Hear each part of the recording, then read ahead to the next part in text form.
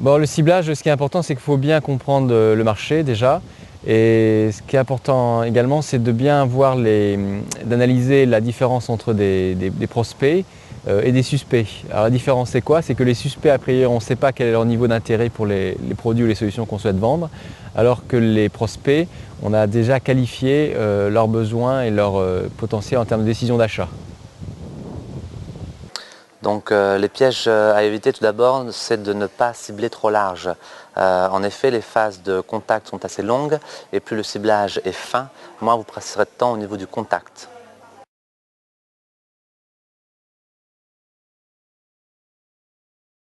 Alors dans la phase contact, les pièges à éviter sont les suivants.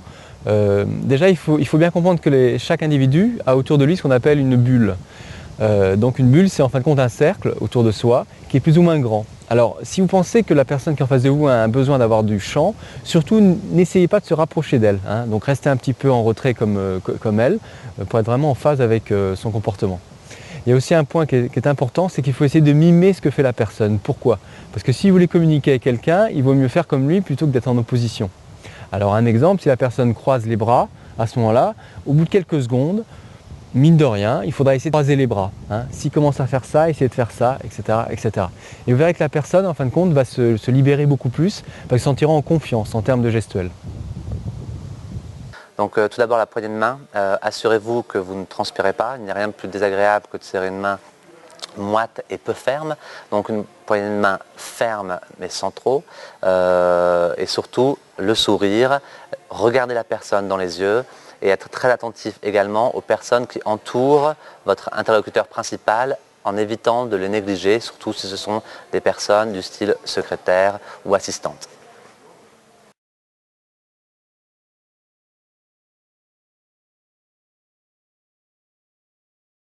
Alors dans la phase connaître, alors les pièges à éviter, c'est de ne pas écouter le comportement de son client. Alors le client, il a besoin de parler et vous avez besoin d'écouter ce qu'il va vous dire.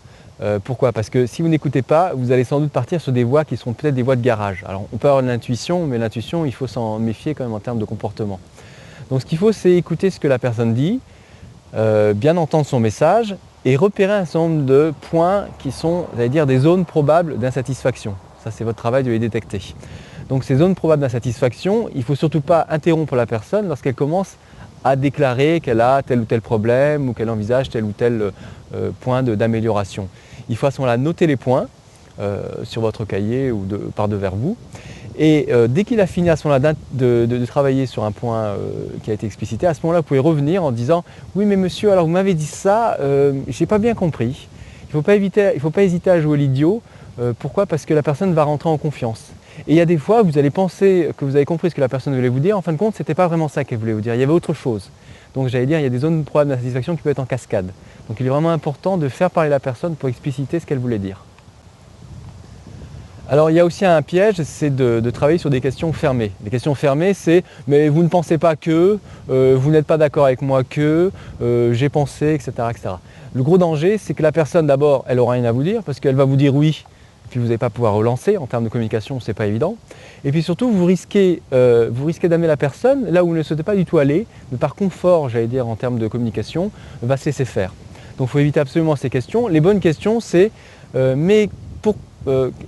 qu'est-ce que ça vous apporte de en quoi le changement permet de faire ceci, etc., etc.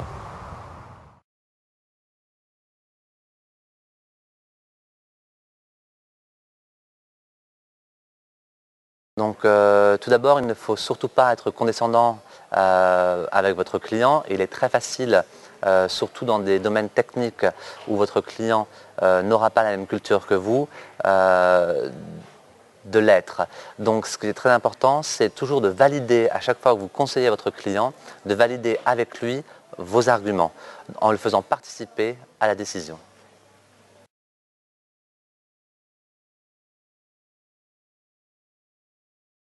Alors pour la phase convaincre, alors vous allez rentrer dans un jeu qui est véritablement un jeu de ping-pong.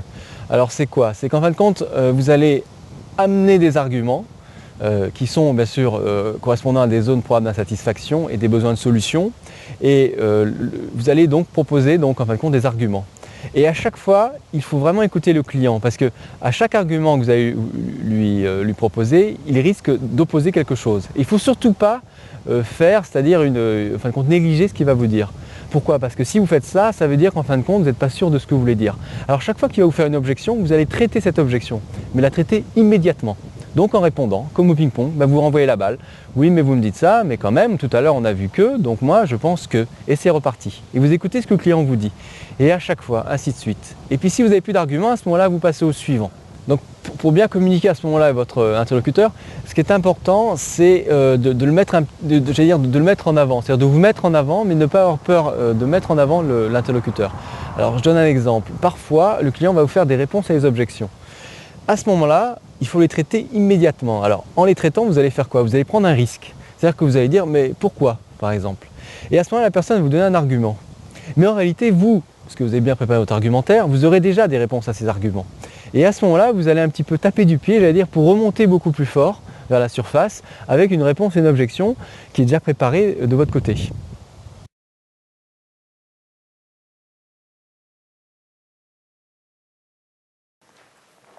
Donc la conclusion doit être extrêmement brève. C'est un moment qui doit durer quelques minutes tout au plus, puisque en fait c'est le gros problème des négociations. Une fois que la conclusion est faite, c'est ce on veut en fait en faire trop, c'est-à-dire qu'on n'y croit pas, on pense que ça n'est pas réellement conclu et on propose d'autres choses, d'autres rabais, d'autres ristournes, d'autres délais. Donc il faut savoir s'arrêter quand la négociation est conclue.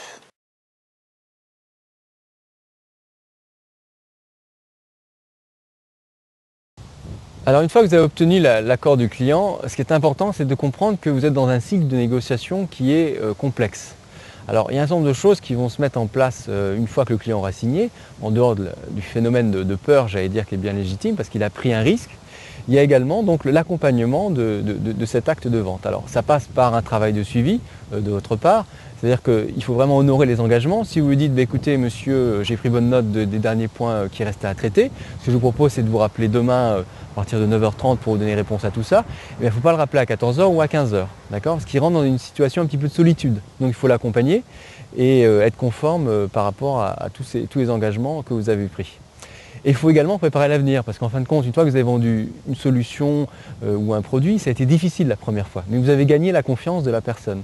Et gagner la confiance de la personne, c'est ce qui est le plus difficile à faire. Par contre, la perdre, c'est très très rapide. Donc il faut absolument, c'est entretenir cette relation en vous disant que demain, après-demain, peut-être dans 6 mois, peut-être dans un an, vous allez lui proposer une autre solution, peut-être beaucoup plus onéreuse d'ailleurs, et qui vous apportera beaucoup plus d'argent. Donc il faut rentrer dans une situation un petit peu de partenariat. C'est-à-dire que vous avez besoin de lui, et lui aussi il a besoin de vous, parce qu'il a peur de toute façon de la mise en œuvre de la solution qui peut pour lui être désastreuse. Donc cette relation, c'est une relation de partenariat. Et si vous mettez en place un partenariat, vous serez gagnant-gagnant.